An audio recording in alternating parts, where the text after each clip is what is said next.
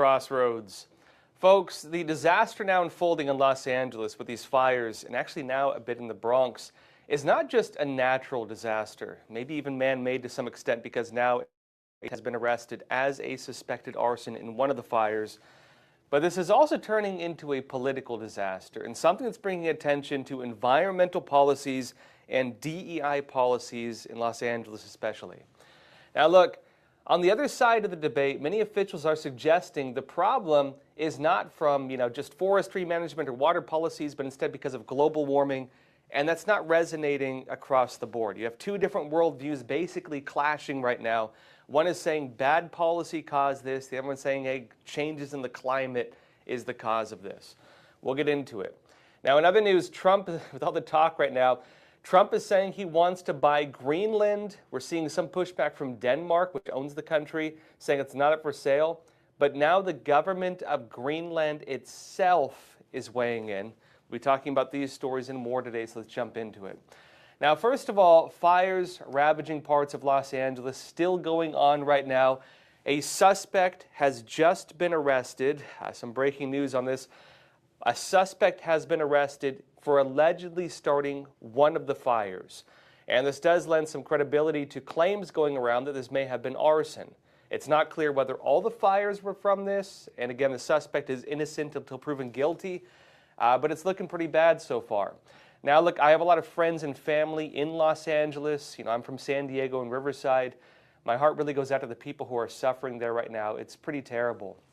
Actually, one of my best friends who lives in Los Angeles, I was talking to him yesterday, he said that actually in Los Angeles, apparently the cities accidentally send out an order for the entire city allegedly to evacuate.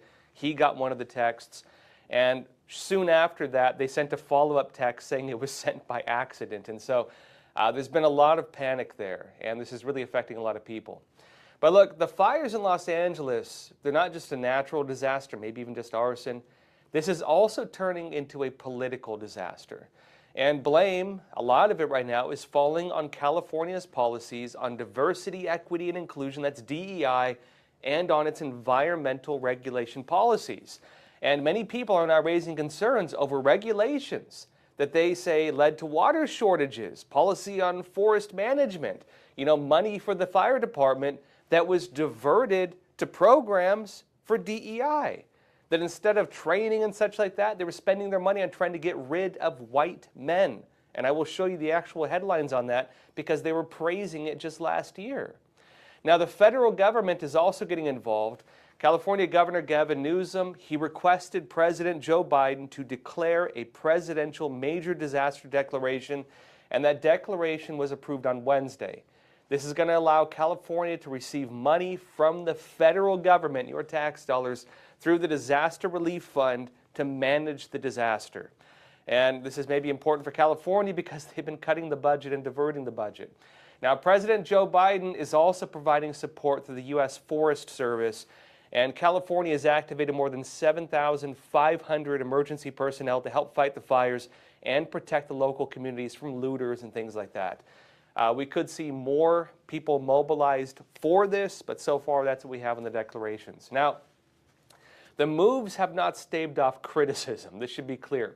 President-elect Donald Trump, he has taken this as an opportunity to criticize the policies in California that he and others have argued made the disaster a whole lot worse. This is what Donald Trump wrote on Truth Social on Wednesday. He said this: Governor Gavin Newsom, says him something else, refused to sign the water restoration declaration put before him that would have allowed millions of gallons of water from excess rain and snowmelt from the north to flow daily into many parts of California, including the areas that are currently burning in a virtually apocalyptic way.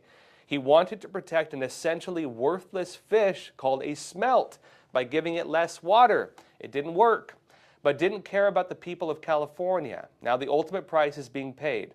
And Trump adds, I will demand that this incompetent governor allow beautiful, clean, fresh water to flow into California. He is the blame for this. On top of it all, no water for fire hydrants, not firefighting planes, a true disaster. Now, on that point, This led to news outlets pretty much across the political spectrum, liberal, Democrat-leaning, whichever, to chime in on this. And what Trump was referring to on this note about the water policies, he's talking about a California policy to protect the Delta smelt. This is a 3-inch endangered fish that lives in the Sacramento-San Joaquin River Delta in California. And in order to protect this 3-inch little fish, California restricts how much water can be pulled from one of the main sources of water for most of the state. And many have argued this just gets dumped into the ocean. So all the water, they're saying they have a drought. The reason they have a drought, just ongoing year by year, is because they do not allow themselves, they don't allow people to pull a lot of water from this river and from this waterway. Now, they do allow some, but they restrict it heavily. And some would argue this is what causes a lot of yards, a lot of areas to be very dry, which means that they're more prone to fires. Now, the argument on this also came to the forefront back in 2019. This was how The Guardian explained it at the time. It said, for conservationists and ecologists like Duran, talking about one individual they followed, the Delta smelt, these little fish, are harbingers. Their diminishing numbers, a signal that the Delta's ecosystem is dangerously close to collapse. For California's farmers with thousands of acres to irrigate and millions of dollars on the line, the smelt are in the way. The state lists the species as endangered in 2009 and in effect constrained how much water can be pulled from the Delta. The state, in other words, restricting the amount of water that farmers can use, and pretty much all of California. Now, it adds that during these dry spells, because it talked about some droughts in California's history, it says California's cities and farms needed to pump more water and more Delta water, leaving these fish without enough fresh, cold water to survive. And because most Delta smelt, these little 3-inch fish, live for just 1 year, even temporary environmental changes can decimate the population. It's not just over-pumping, people taking water out of the Delta, but the pumps themselves that have strained the smelt. The smelt, it says, are poor swimmers, and they're drawn to cloudy, turbid patches of water where they like to hide and feed. The trouble is, the behemoth pumps, those mean Californians pulling water that they need to drink and water their plants. These pumps run by the state and federal government, it says, which can drop to 10,000 and 5,500 cubic feet of water per second, respectively, can cause rivers to run backward, sucking smelt and other fish into their system. So in order to protect the fish, California had to be sacrificed at the altar of the environment. Now look, folks, the shortage of water has become a real issue. And some say it's a man-made issue being caused by the restrictions on the water supply to protect these fish.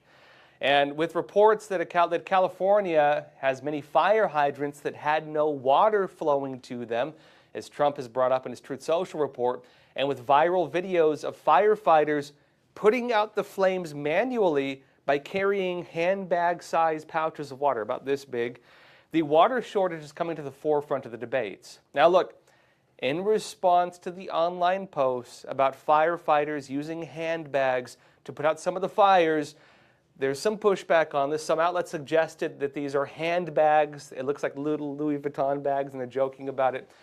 The bags the firefighters have been using in some of these cases, they're canvas bags. Firefighters are actually assigned these. They get them, and they basically use them if they want to put out small fires quickly. And so some people have used those images, but also point to the fact that, well, some of the hydrants are actually empty. Now, on the point of the fire hydrants not having water in them, one of the reasons why the fires were just going uncontrolled for so long, local officials chimed in on this. They said the problem came about because so much water had to be used to fight the fires. They're pulling the water too quickly. Now, the fire hydrants, they pull their pressure from elevated water tanks, and the tanks were getting emptied too fast to be refilled. The LA Department of Water and Power CEO and Chief Engineer Janice Quinones, she addressed this in a press conference. Let me show you this.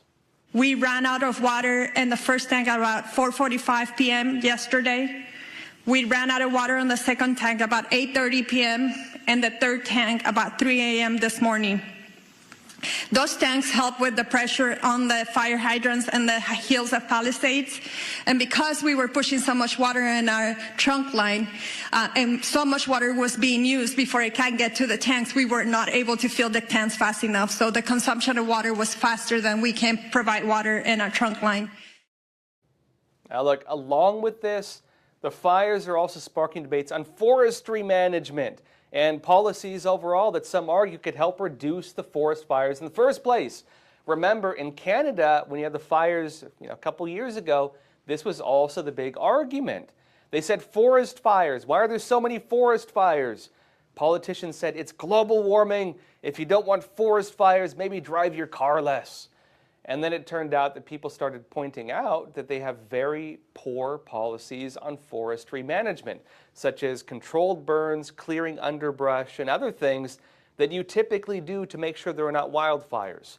Now, a clip on this topic from an interview that Trump gave on the Joe Rogan podcast, he was still on the campaign trail. This was back in October. This is again making rounds. Let me show you what Trump said. Watch.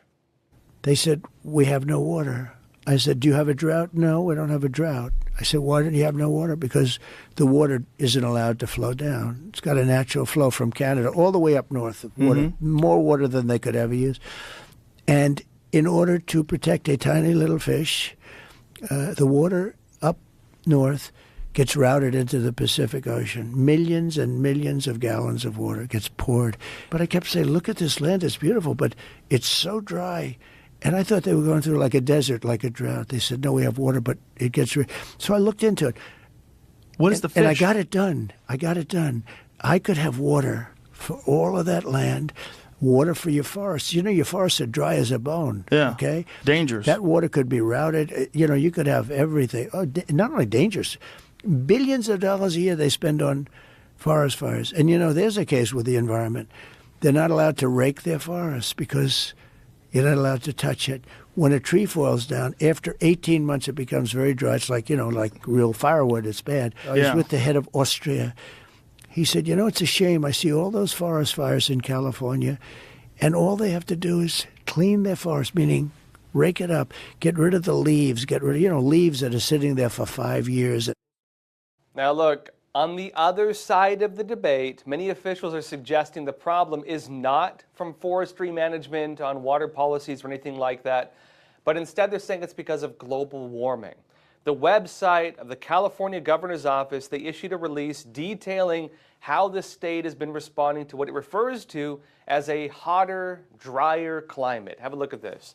This is the official website of Governor Gavin Newsom. It says, Governor Newsom has dramatically ramped up state work to increase wildland and forest resilience, as well as adding unprecedented resources to support wildfire response. It says California officials treated more than 700,000 acres of land for wildfire resilience, and prescribed fires more than doubled between 2021 and 2023. Now, it goes on to note that California has been investing billions of dollars in programs for wildfire resilience, meaning making it harder to burn down the state. It said the state created a dashboard to track wildfire prevention. They've also been focusing more on the well-being of firefighters by giving them shorter work weeks. There's some criticisms on this, such as saying it reduces the hours in training of firefighters. We'll get into that. But they also know the state expanded what is already the world's largest fleet of planes to fight the wildfires, including 7 C-130 air tankers. And they're put in place in different systems, drones, artificial intelligence, satellite mapping, a lot of tools. And so California, they're arguing that they are making an effort to make sure this doesn't happen. Now, on the problems with the apparent water shortages we're now seeing, which are affecting the ability of firefighters to actually put out the flames, Governor Gavin Newsom's office, they announced on Wednesday that they're mobilizing up to 140 2,500-gallon water tenders. And so they are trying to bring in water from outside to deal with this problem. And look, on the other side, though, President-elect Trump has suggested that all these policies, well, they don't seem to be working so well. In a Truth Social post on Thursday, just yesterday, Trump said fire is spreading rapidly for 3 days, zero containment. Nobody has ever seen such failed numbers before. Gross incompetence by Gavin Newsom and Karen Bass. And he adds that Biden's FEMA has no money, all wasted on the green news scam. LA is a total wipeout. And so Trump has been using this as an opportunity to bring up some of the political issues. Some people are noting this may not be the time for that. Some are saying that, yes, it's about time someone brought this up. And so there's different political views on it. But like back to the budget issue, there is also a growing chorus of concerns over what the money has actually been spent on. And this has led to reports about how much of the fire budget was used for programs on DEI, diversity, equity, and inclusion, and how the focus on DEI, instead of like training firefighters or making the fire budgets actually bolster the firefighting force, may have actually negatively impact the integrity of the fire services. Let me show you this, folks. November 2022, Los Angeles, where all these fires are happening, they launched a bureau for its fire department, and this was specifically on DEI. This was the official announcement from the Los Angeles Fire Department. This is their actual page. It says Mayor Eric Garcetti today, alongside Fire Chief Kristen Crowley, launched the Los Angeles Fire Department's first ever Diversity, Equity, and Inclusion Bureau, focused on ensuring a safe, diverse, and inclusive workspace for all, except white men. It says the Diversity, Equity, and Inclusion Bureau will focus on building and fostering a department committed to engaging the voices and respecting the humanity of all its members, except white men, reflected in how it handles recruitment and hiring, workplace conduct, retention, and promotion. Now look, the news on this raised some eyebrows since, as I mentioned, some news articles suggested it basically worked as a kind of discrimination under the guise of fighting inequality. In particular, it was aimed at reducing the number of white men in the fire service. This is NPR basically saying this in June of 2023. This is what they actually said. This is NPR, folks.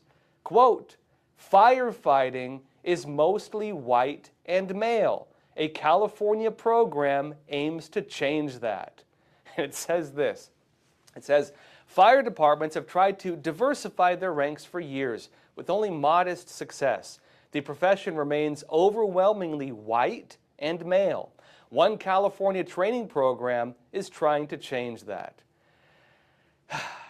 Now, some people would say that that's actually racist and sexist, but of course these programs are made to counter racism and sexism, oddly enough by doing reverse discrimination, as some refer it to. Now remember also, there were reports that part of the fire program is also to give firefighters more time off for personal health, that they felt that they needed more mental health time, and so the state, well, gave them that. And some people suggested that that program had negative consequences. The Los Angeles Fire Chief, Kristen Crowley, in fact, she issued a letter on December 4th, just recently, raising concerns about this. The fire chief said, notably, right, that close to $18 million was cut from the fire department's budget. And this also cut around $7 million from its budget pay for overtime. Now look, this is the actual letter she sent last month. It says this. She said these budgetary reductions have adversely affected the department's ability to maintain core operations, such as technology and communications infrastructure, payroll processing, training, fire prevention, and community education. And the fire chief adds, last month, quote, "In addition to these impacts, the reduction in V hours has severely limited the department's capacity to prepare for, train for, and respond to large-scale emergencies, including wildfires, earthquakes, hazardous material incidents, and large public events." Now look, there have also been some criticisms that the Los Angeles Fire Department donated some of its surplus supplies to forest responders in Ukraine back in 2022. That actually included boots, hoses, nozzles, body armor, medications, other items. Look, based on reports coming out, though, the issue and the challenges firefighters are facing right now, They don't seem to involve shortages in these types of gear, so it's not clear how much that may have affected things. Wild times, folks. Again, breaking news. One individual has been arrested in California and is being accused of arson, allegedly having been involved in starting one of these fires. We don't yet know what is happening. We don't know how broad that is. Innocent until proven guilty as well, so we will see. And again, these are still ongoing. Also, there are now fires in the Bronx, New York. Several of these large apartment buildings are on fire. The NYPD announced it this morning. Now, folks, in other news, some breaking news, in fact, President-elect Donald Trump has just been sentenced in his New York case. This has now happened officially. I'll be getting into this after we come back from a quick break. Experts agree. One of the best ways to protect against financial uncertainty is to diversify your portfolio. Learn how physical gold and silver can secure your retirement funds from today's economic challenges. With a gold IRA from American Hartford Gold, you can safeguard your wealth with no penalties or taxes when you transfer your current qualifying retirement accounts. Call now and our precious metals specialists will send you a free information kit, no cost or obligation. American Hartford Gold, a trusted industry leader with an A+ from the Better Business Bureau, has a 5-star rating from thousands of happy clients. Whether you are getting physical precious metals in a gold IRA or delivered to your doorstep, we offer only the highest quality gold and silver. For your peace of mind, we also offer a no-fee buyback commitment, a low-price guarantee, along with free shipping and free insurance. So don't wait. Call the number on your screen today and secure your financial future.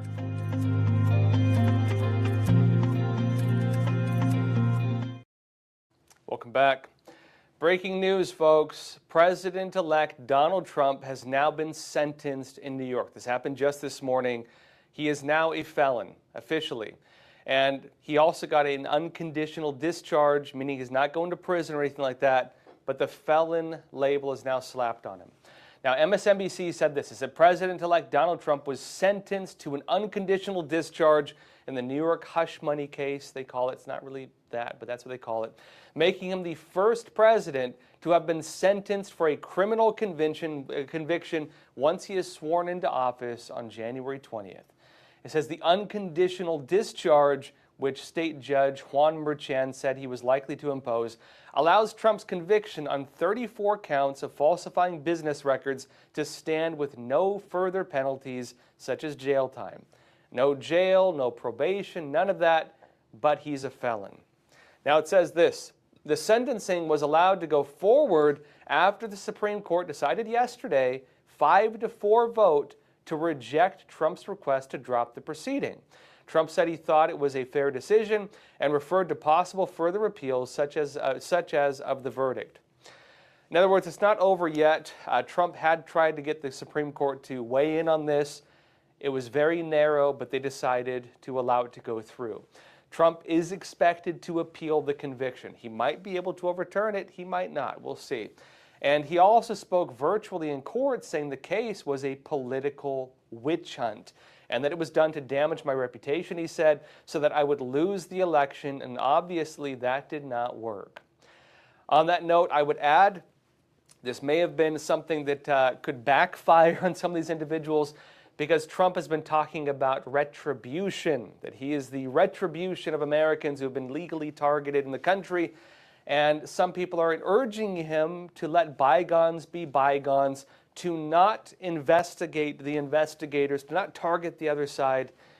He's been kind of on the fence with that lately, suggesting that he will not order it directly. But now that his own credibility and name are on the line, he might do it. And if you want to push somebody to have to do counter investigations, I'd say this is what you do to make them do it. We'll see what Trump does, but he seems to be very unhappy with it, and he's still calling it a political witch hunt. Now, like in other news, with all the talk of Trump saying he wants to buy Greenland, we've seen pushback from Denmark. Denmark technically, while it does own Greenland, they're saying it's not up for sale. You can't just buy a country. But now the government of Greenland itself is weighing in, and they've declared that they want the people to decide for independence. They want independence, but they also want to work with the incoming Trump administration. This is the official announcement from the government of Greenland. They say Greenland belongs to the people of Greenland, and Greenland's development and future are decided solely by its people. This is important because they're not just talking about, U.S. policy, they're also talking about their views on Denmark trying to decide the future of the country. They want to be independent. They say the fight for independence is Greenland's own matter. Our future is ours and must be defined by us. We are aware of our rights as a people with the right to self-determination. And they add, states and countries are welcome to have interest in increased cooperation with Greenland, and on the road to an independent Greenland, we are open to more and constructive cooperation with our nearest neighbors. Greenland looks forward to discussing the possibilities for business cooperation, the development of Greenland's mineral sector, including critical minerals and other relevant areas with the U.S. And they add that Greenland has and will continue to cooperate with the U.S. as one of our closest partners. Greenland has more than 80 years of defense cooperation with the U.S. for the benefit of the security of Greenland, the U.S., and the rest of the Western world. And it notes they look forward to establishing contact with President-elect Donald Trump and his new administration.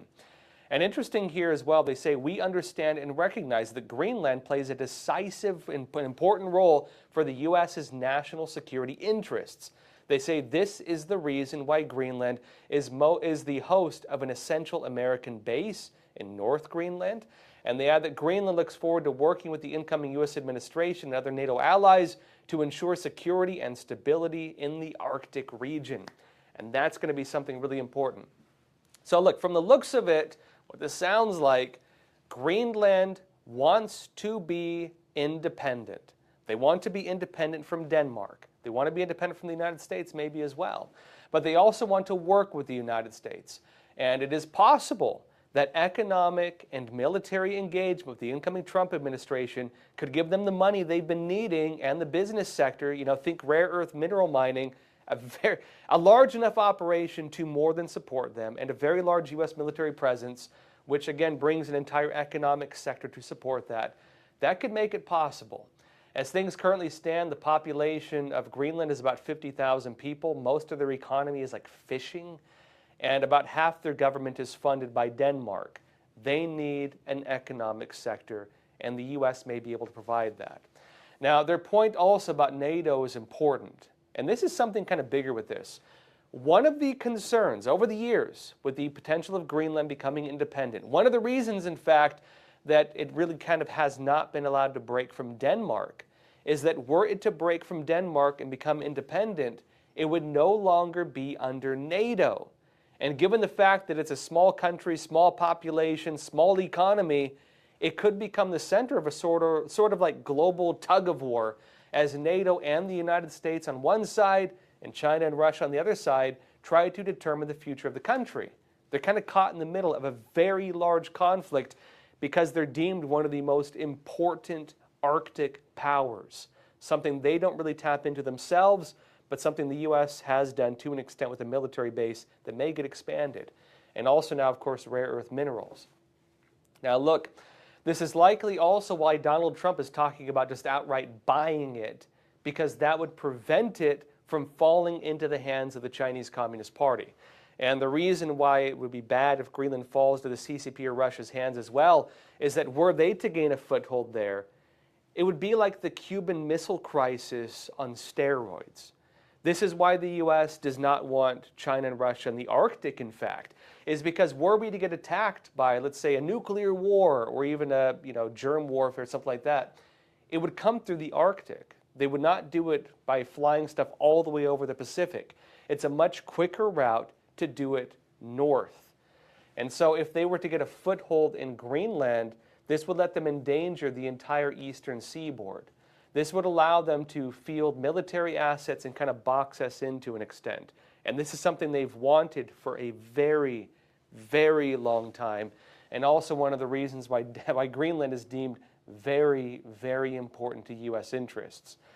Now, Denmark, which again owns Greenland, they respond to this as well. Greenland's leader, they met with the Danish king in Copenhagen on Wednesday. And they said in Denmark that Greenland can become independent if that's what the residents of Greenland want. They're basically allowing it, saying, If this is what you desire, independence is on the table. Although, look, officials did downplay the idea of the country becoming a U.S. state. They don't seem to like that idea very much, but they do want Greenland to have its options, that if it wants to become independent, they will allow it to happen, it seems. The Danish foreign minister said, according to Reuters, quote, "We fully recognize that Greenland has its own ambitions. If they materialize, Greenland will become independent, though hardly with an ambition to become a federal state in the United States." And adds, quote, "I don't think that we're in a foreign policy crisis," because remember, Trump was even threatening to put tariffs on Denmark if they don't allow him to buy Greenland. He adds that, quote, "We are open to a dialogue with the Americans on how we can possibly cooperate even more closely than we do to ensure that the American ambitions are fulfilled." And remember, for the U.S., the main ambition is Arctic defense. That's the real American ambition. And also having kind of a launch pad to defend Europe if we have to. This is not just Arctic, this is also European security as far as the U.S. is concerned. We'll have to see where things go with this. It's possible they could even give Greenland NATO access if they want to become fully independent. Or there's other options outside official statehood. They could become a territory of the U.S., very much like, for example, Puerto Rico. Trump is again suggesting that he really wants to buy it. He really wants to make them part of the United States. We'll see if that happens because they want to be independent, right? This is what they've been striving for a very long time. But regardless of where things go, whether it's full independence, whether it's something more, we are very likely going to see a lot more U.S. engagement, economic engagement, military presence with Greenland, and maybe even political engagement as well. We're going to see a lot more on this front going forward. Now, folks, that said, hit the like button, leave a comment. Let's jump into some questions. Let's see here. All right. First question, Candice Harden. You're saying dichotomy of wanting to reduce emissions and force. You're talking about the environmental stuff in California, right? Dichotomy of wanting to reduce emissions and force EVs, electric vehicles, while ignoring fire mitigation, which provides fuel for massive fires like these.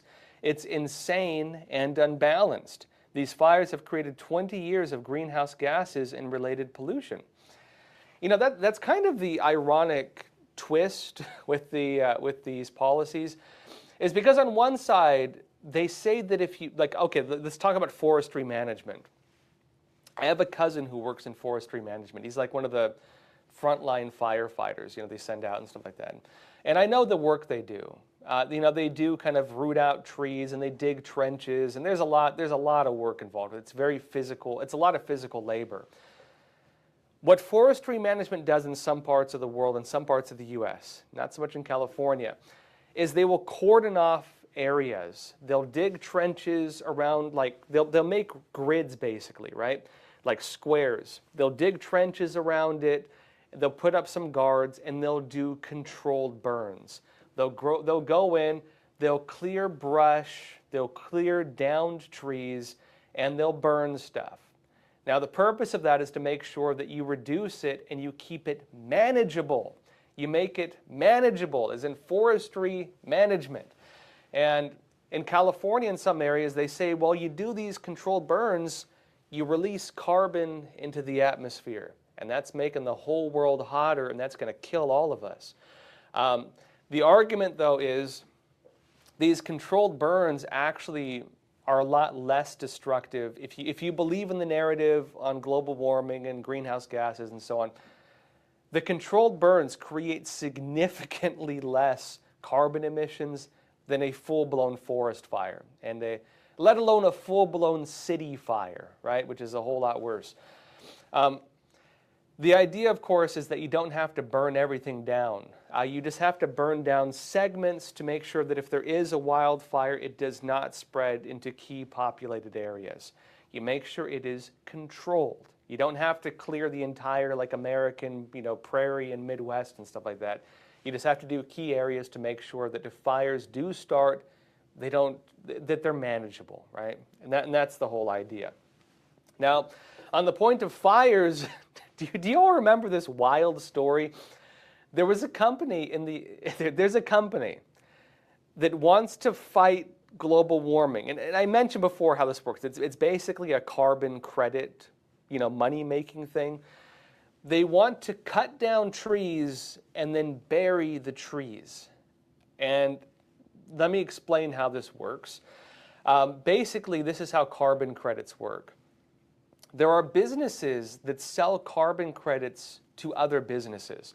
And so if you're a major corporation, and let's say you're on the naughty list of greenhouse gas emissions, you're an oil company, you're something of that nature, right? You make combustion vehicles, and you're on the naughty list.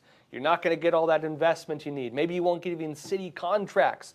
And so you need to get on the good list. So how do you get on the good list? How do you get absolution from your political sins? Well, you have to buy carbon credits, and so you have to pay them money.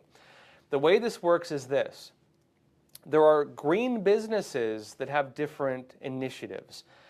They might, for example, have carbon capture facilities where they have these big things that suck carbon out of the air, right? They might engage in other programs of that nature. What they do is they calculate the amount of carbon emissions they have prevented or the amount of carbon that they have mitigated, right? They calculate that, they make a little point system out of it, and then they sell that to companies. And so if you emit 100 points of carbon, you have to buy 100 points of carbon credits in order to reach net zero. And so they had this big plan. There's an actual company working on it, right? This is an actual plan. It's gotten a lot of investment already. They want to go into forests and just cut down the trees and then bury the trees underground. They don't sell it as timber. They just want to bury it. And the idea is this, that were a forest fire to hypothetically take place, every tree would generate X number of points of carbon emissions. And so they calculate the amount of carbon emissions the tree would generate if a forest fire were to hypothetically take place. And they say that by burying it, by cutting it down and burying it, that they have saved that amount of carbon emissions from being emitted because it would probably be burned down in a forest fire. And so, this is like the business end of global warming. This is how the business side of it works, right? The carbon credit scams, as I would call them. I think it's all just a massive money-making scheme when you get to that kind of stuff. But that's how it works. But on that point, too, we could say that they admit that forest fires generate carbon emissions. And some would argue that these policies make it a whole lot worse when you don't do things in ways that are more responsible, like doing controlled burns, right? And on the point of what Candace Harden said, that's what she said as well, right? Gina Miklik, you're saying, when you're about to die in a fire, would you care what race, sex, or sexual preference of the person attempting to rescue you is? Some people do. Some people do. There was a case going around. There was a woman who was drowning, and a man rescued her, and she sued the guy for sexual harassment afterwards. You rescued me, but how dare you, a white man, rescue me? You do have people like that. Now, I don't believe most people are that way. I want to be clear.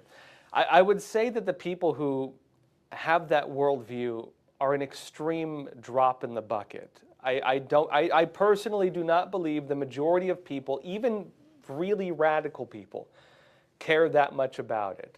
I believe that for most people, I believe that if someone saves your life, you're going to be grateful to them regardless of their race. It might even eliminate some of your bias if a person from a race that you might have an issue with saves your life or your family's life.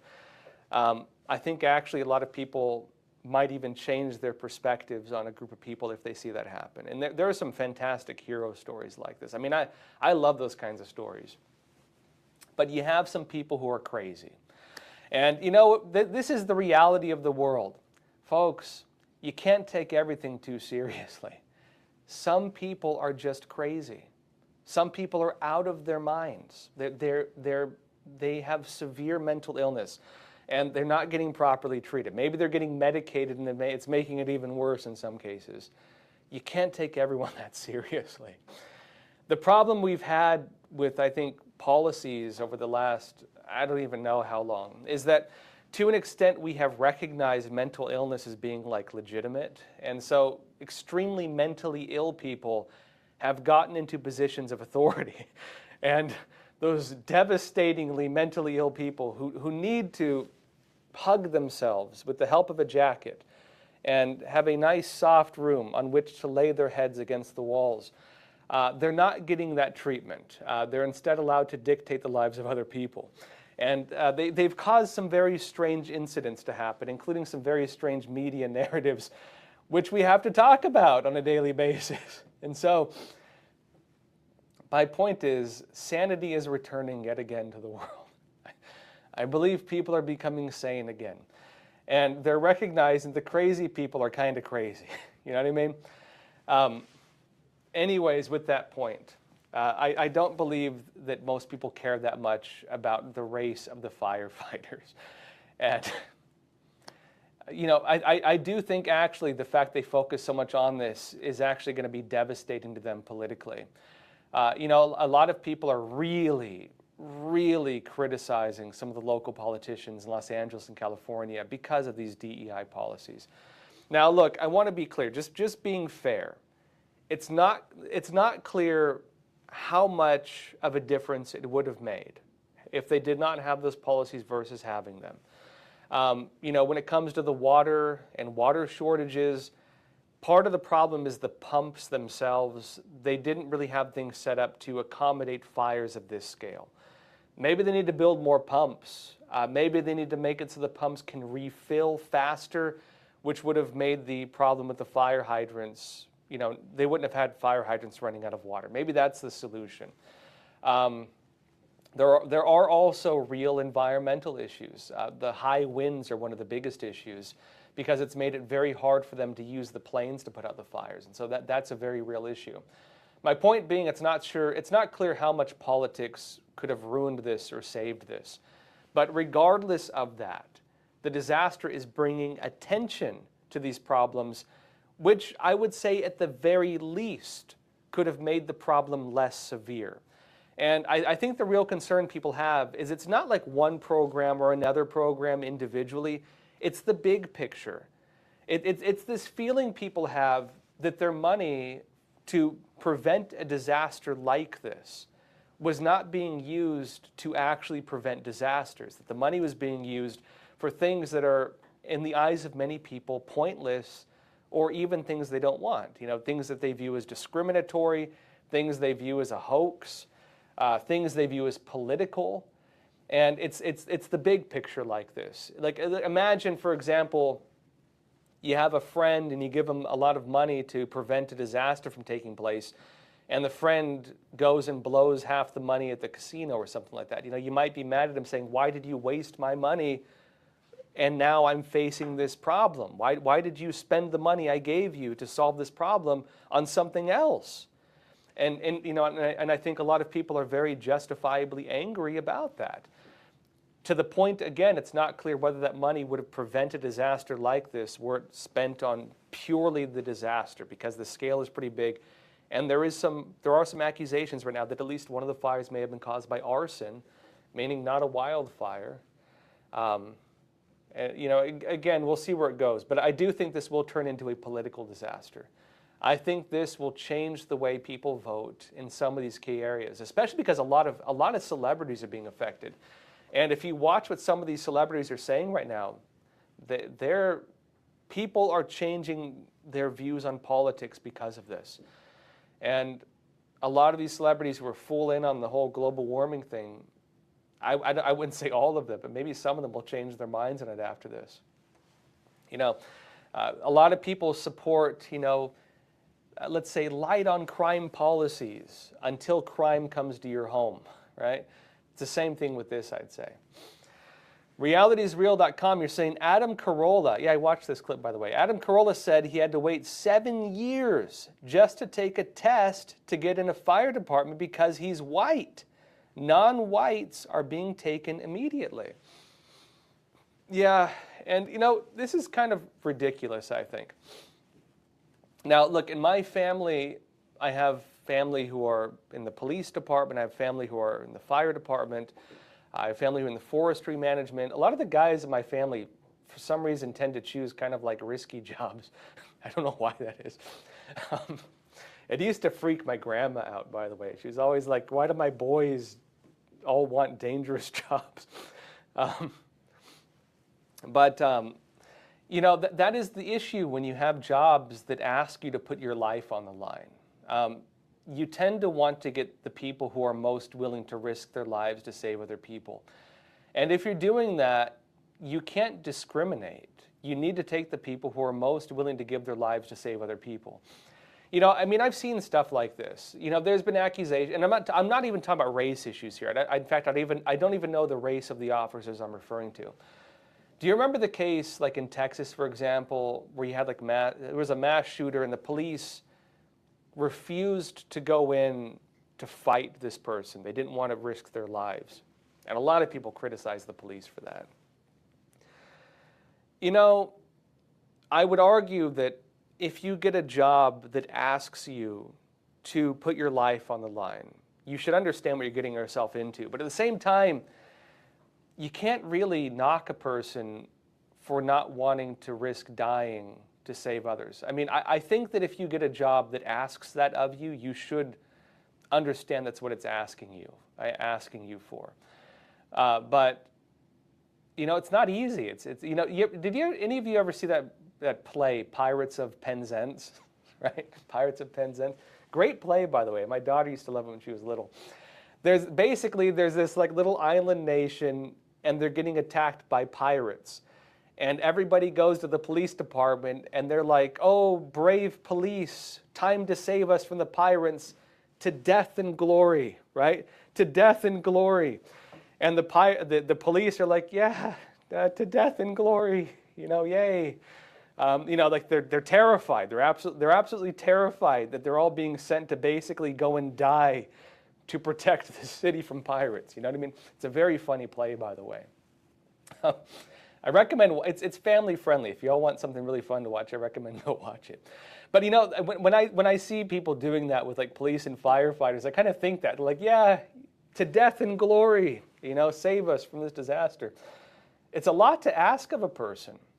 It's a lot to ask of a person. And a lot of people in the fire department and a lot of people in the police and a lot of people in forestry management, they know that that is what they're signing up for.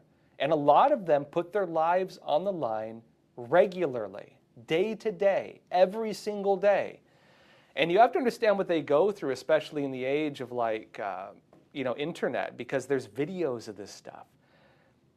Police officers, they have to watch videos where, you know, officers just like them, with families like they have to go and do traffic stops, and they walk up to the window, and before saying a word, the guy shoots the officer and kills the officer.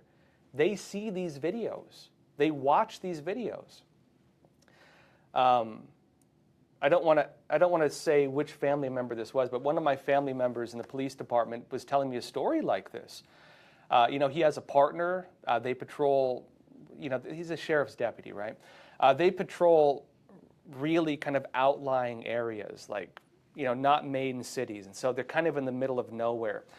You get to some places you don't have phone service, right? Some of these real rural areas, there's no phone service. You can only talk on radio.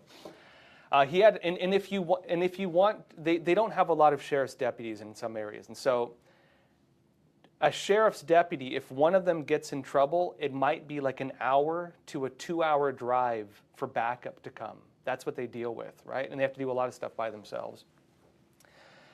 This family member of mine, his partner was in you know, of course, was on the radio. They were again having a scuffle, and then basically calls in emergency. The guy's attacking me, and goes radio silent, right? Goes radio silent. The last thing he heard, basically, my life is on the line. Help me. You know, please help me, I need backup. And then silence. And this family member of mine, in the pouring rain at night, driving like 120 miles per hour as fast as he can possibly get to go save his best friend, was in that mode for like an hour, thinking his best friend may be getting killed, and if he doesn't get there soon enough, his friend's going to die. He ends up getting there, luckily he makes it, and he gets there right as his friend is putting the guy in handcuffs. Basically, they got in a really long fist fight, where you have to imagine, like, a fight is if you look at professional boxing, people get worn out real fast. A fight for 5 minutes is rough. Imagine a fight for a very long time. And imagine that the person who falls down first or loses consciousness first, if a criminal is attacking a police officer like that, they will finish them off. They will kill them. And so this is a fight for your life, right? Manages to get the guy, arrests him, saves his life, and that's what he dealt with. They're on calls sometimes because they have a shared radio, and an officer does a traffic stop. And I mean, this doesn't happen super often, but it does happen enough where most of them have experienced it. They call an emergency, shots fired, and then the officer, if the officer gets shot, they have to listen to that officer die on the radio. And you can imagine what that does to a person. My family member has personally experienced this. This is what police officers deal with. And you have to understand that when they deal with circumstances where they are asked to put themselves in the line, they know what that means. They really know what that means. And so, on this point, I guess it's kind of a long point about this whole DEI stuff, where you want to discriminate on, not you folks, but these people want to discriminate on hiring based on like race for like police and firefighters. You want to get the person who is most willing to take that sacrifice. And that's the kind of person you want fighting for your family. That's the kind of person you want if there's a school shooting and your kid is in danger and that officer has to go in there and get in a shootout with a person who will kill them if they don't act fast enough. That is what you are asking of these people. And you want the person who is most willing to take that sacrifice for you and for your family. That is what these people are asked for. And the idea that you would discriminate, like you're not going to hire somebody because of the color of their skin, that's disgusting to me personally. All right. And on that point too, just with my family, it's like, it's hard for me too, because a lot of I talk about my family. I have a very close family. Me and my cousins and my brothers and, my sister. It's like, I come from a very close-knit family. And so, I worry about my family too. You know what I mean?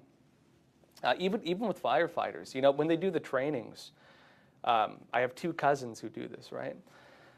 Even when they do the trainings, they have to watch videos of firefighters who do things wrong and die.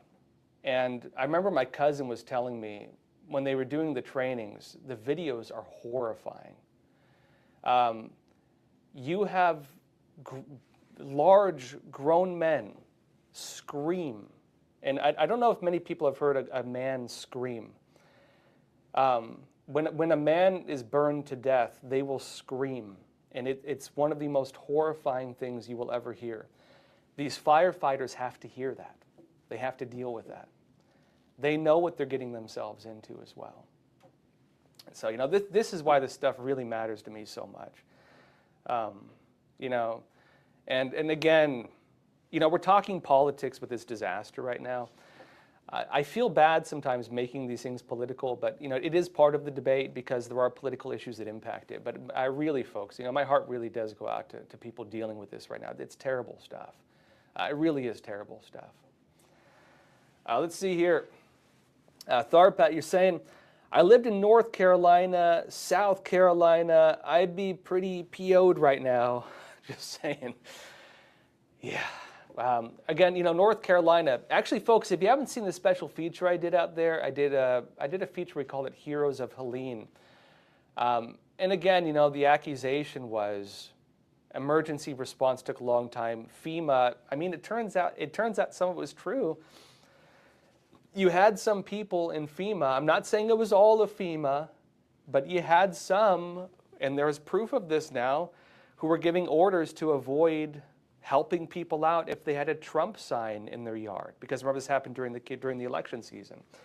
And so some of them, not all of them, but some of them were politically discriminating on who they help and who they don't help. On the other side of it, some of them were alleging that they might be attacked by these people. There were some minor cases of that, but they were really isolated. When I went to North Carolina, it was one of the most amazing things I'd ever seen, because I saw people who came together as a community to help each other out. I've never seen that before, not on that scale, and it was incredible.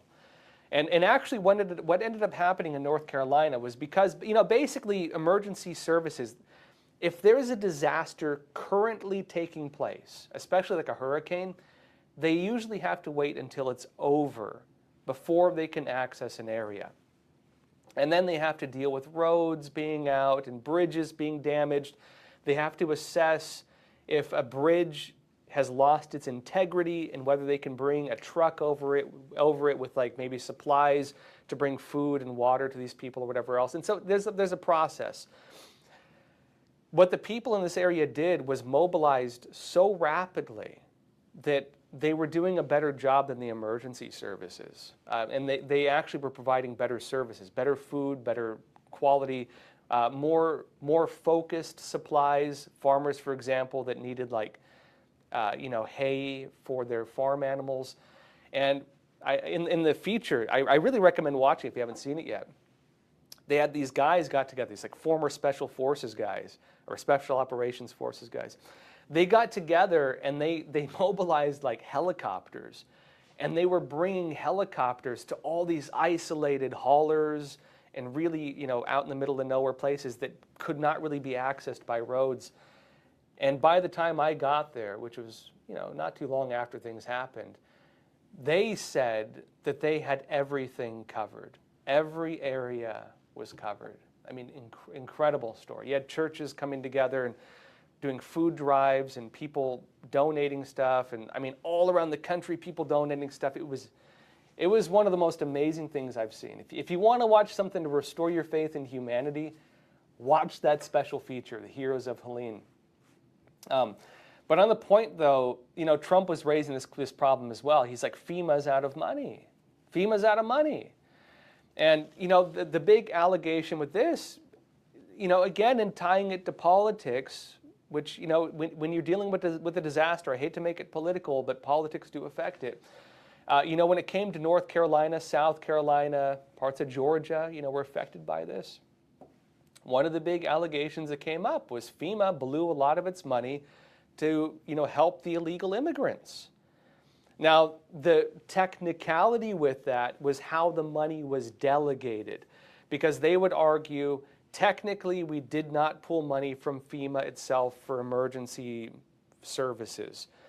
But the other thing that came out was very rapidly, they said FEMA is out of money and they can't take care of Florida or North Carolina like they need to. And then people are like, well, where'd all the money go? Where did all the money go? And that brought up some really big concerns over the fact that they've been spending a lot of money to house and feed illegal immigrants. And decide what you want and whether you support that or not. But a lot of Americans were suffering, and they're saying, well, why don't you care? Why don't you care about American citizens as much as you do people who are violating our laws? You know what I mean? And when it comes to California now, to be clear on this, the Biden administration has responded to it. Last report I saw, they were going to cover the costs of the disaster, and they want to cover the costs for the next 6 months. Going forward, there's going to be a lot of attention on how California spends that money. Because if they pull a thing where it's like, hey, where's that high-speed train we paid all that money for? How's that high-speed train coming along? Why is it that when you get crazy amounts of money to build homeless shelters, you build like 100 tiny houses or like a porta potty, and the thing barely does, you barely do anything with all the money. If they don't spend the money well and actually get things up and running, there's going to be a lot of reporting and a lot of exposure over policies that are damaging to people's well-being, because a lot of people are going to be without homes now. It's going to be a very rough state for California to build back from this. Judy Akeem, you're saying, it feels like you want economic war. Well, here it is in my terms from Trump. I think you're talking about Trump using tariffs to try to gain control of new territories. Well, Trump has been, so for example, as we were discussing, Trump wants to buy Greenland. Denmark, which owns Greenland, says it's not going to happen, it's not for sale. Then Trump came out and said, well, maybe we'll have to put tariffs on Denmark unless they say we can buy Greenland.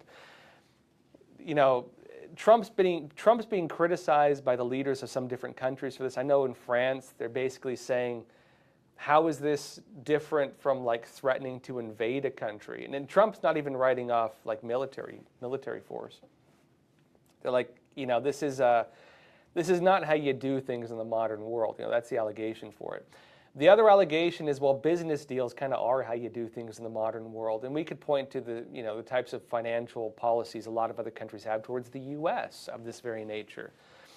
And the other side of it, too, is Trump has been saying, repeatedly in fact, that tariffs are they're going to be one of his main tools for negotiations. Trump is not just going to use tariffs to benefit the United States financially. He wants to use tariffs as a diplomatic tool, which, if you understand Trump, this is his wheelhouse. This is what he does. This is the guy who wrote Art of the Deal.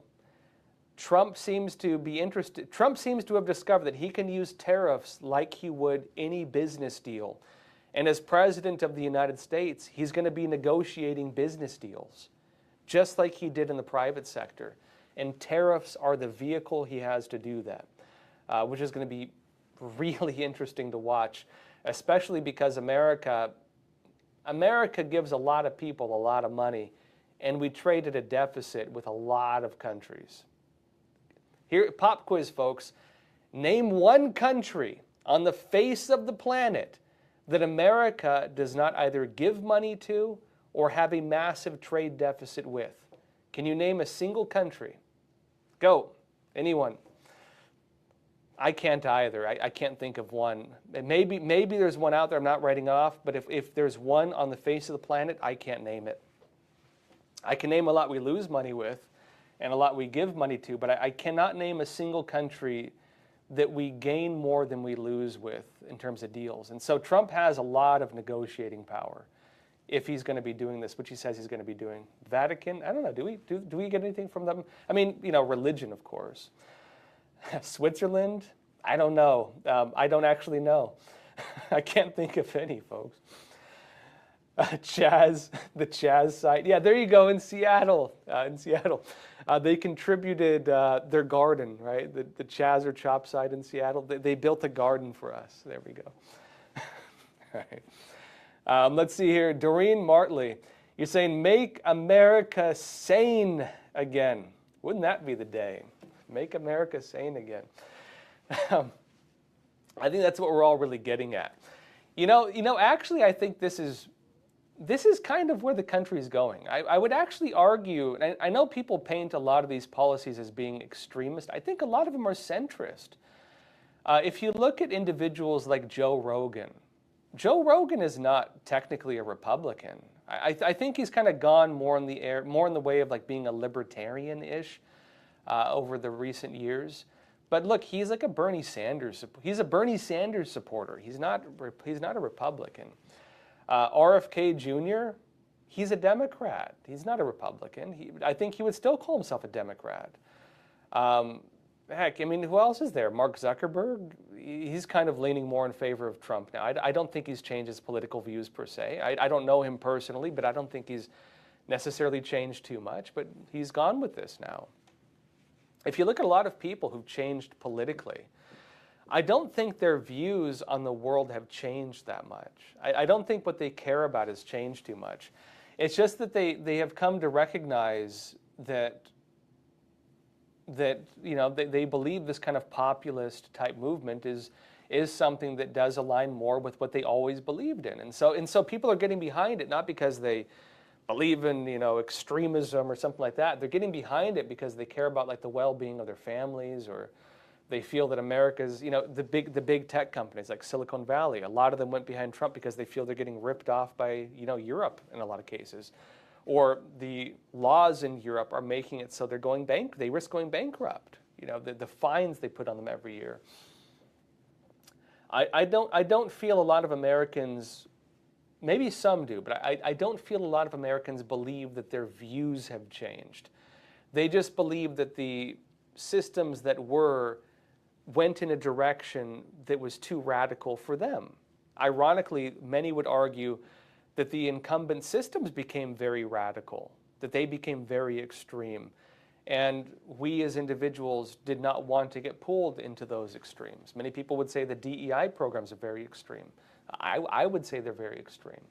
And so how do you define extremism? If extremism is not following an individual into an extreme ideology and remaining where we've always been, we're not the extreme ones. The people who've gone to the extremes are the extreme ones. In case in point, go back to the 90s and look at what Republicans were talking about and what Democrats were talking about. And look at what Democrats were talking about, the problems they were recognizing, and the problems Republicans said they were recognizing. And they look a lot like the stuff we're seeing now. Democrats and Republicans were against mass illegal immigration. Democrats and Republicans were against rampant crime. You know, Hillary Clinton was, you know, behind the 3 strikes law. Joe Biden was behind the 3 strikes law. When it came to, you know, 3 felonies, you get 25 to life, or 25 years, right? That was the Democrats, folks. That is where a lot of Americans vote, and that is where a lot of Americans remain. And the problem now is that many people who have remained there are called extreme for being where they've always been, right?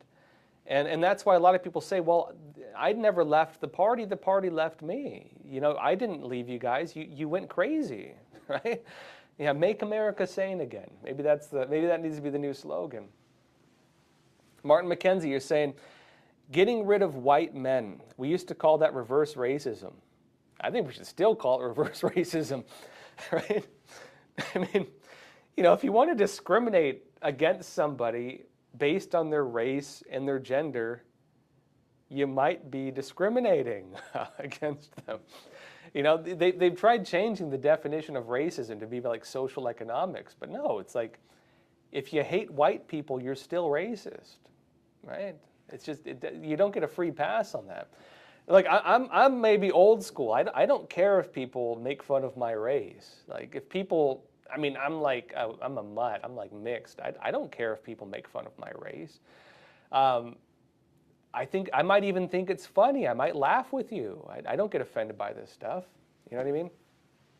And I think a lot of us came from backgrounds like that where it wasn't that big of a deal.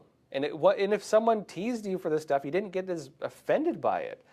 You know, if you want to look at how humor used to be, go and watch Blazing Saddles. Go watch Blazing Saddles and tell me what you think of the individuals acting in that film and what they found funny. Go watch the old comedy specials of like Dave Chappelle and like Martin Lawrence and stuff like that. And you'll see what people used to find funny and what they were not offended by. I think people have been convinced to be offended by things that used to not be deemed offensive. And they make it sound like if someone calls you a name, it's like the end of the world. It's not. You know, when I was a kid, we said, sticks and stones may break my bones, but words may never hurt me. And I would still agree with that, at least, you know, for the most part, right? As long as I'm not trying to like couple it with like a political campaign to destroy you. But, you know, I do think that being able to joke about things and being able to laugh with people is one of the ways we kind of resolve our differences with each other. I think it actually creates harmony between people when we're able to have humor and we're able to joke with each other and we're able to kind of, you know, tease our friends a little bit and stuff. Like, I grew up like that, you know. My friends used to make fun of me all the time. It's like, I don't think it's a bad thing. It makes you a bit thicker skinned, and you learn to laugh at things instead of being bothered by them. I don't have a problem with that, personally. Crash Bandit, you're saying DEI, diversity, equity, and inclusion, is a violation of the Civil Rights Act. Change my mind. I would agree with that. In fact, you actually have had some individuals file lawsuits on that exact ground, saying that if a business did not hire them because of DEI policies, and the individual is white or Asian or a man or straight, you're not a homosexual, and they don't hire you because of race, because of gender, or because of sexual orientation, they don't get a free pass on that. You know what I mean? The Civil Rights Act, which is part of our Constitution now, does not discriminate whether you're black or white. The Civil Rights Act does not discriminate whether you're a man or a woman, or you claim you're I don't even know what they go with now. It's not going to discriminate on that. But if you discriminate against any person based on race, gender, or sexual orientation, then yeah, you could get charged with violating the Civil Rights Act. And you have people now who have successfully sued companies that have DEI policies because it does, proven in court cases in some instances, violate the Civil Rights Act. And actually, when Trump comes back into office, coming to a country near you, he is saying that he could open this up. He could look into people facing criminal charges on this stuff. He is suggesting this, including notably with the gender transition folks. He even wants to open it up so doctors could be sued, and educators could be sued, and maybe even criminally charged for some of the things they've done. So you're about to watch. You're about to watch the comeuppance, as some of us would say. All right, folks. That said, it's Friday. Have a good weekend. Hope you all have something fun planned. Thank you so much for being here. I really enjoy these. I really do enjoy doing this show. Also, if you haven't seen it yet, we just started doing a prime time show. It's myself, Roman Balmakov, Tiffany Meyer, Cindy Druk here. We're going to have different guests. They're different hosts sometimes. We now have a primetime show. We're just doing it once a week. It's going to be online soon. We've been filming some pilots of it. I've been enjoying it. You can watch it live on NTD, and it's going to air Fridays at 8 p.m. And those of you know too, I'm Epic Times, but I do a lot with NTD, right? It's the sister media of Epic Times. It's going to be Fridays, 8 p.m. Eastern Time on cable. And again, you can go to NTD to watch that. And I'll keep you all updated as we get it published. We filmed a few pilots so far, so we've been getting the ball rolling on it. All right, folks, that said, enjoy your weekend. Thank you again so much for being here. I will see you on Monday, 10:30 a.m. Eastern Time. And as always, please take care of yourselves, stay informed, and stay free. Thank you.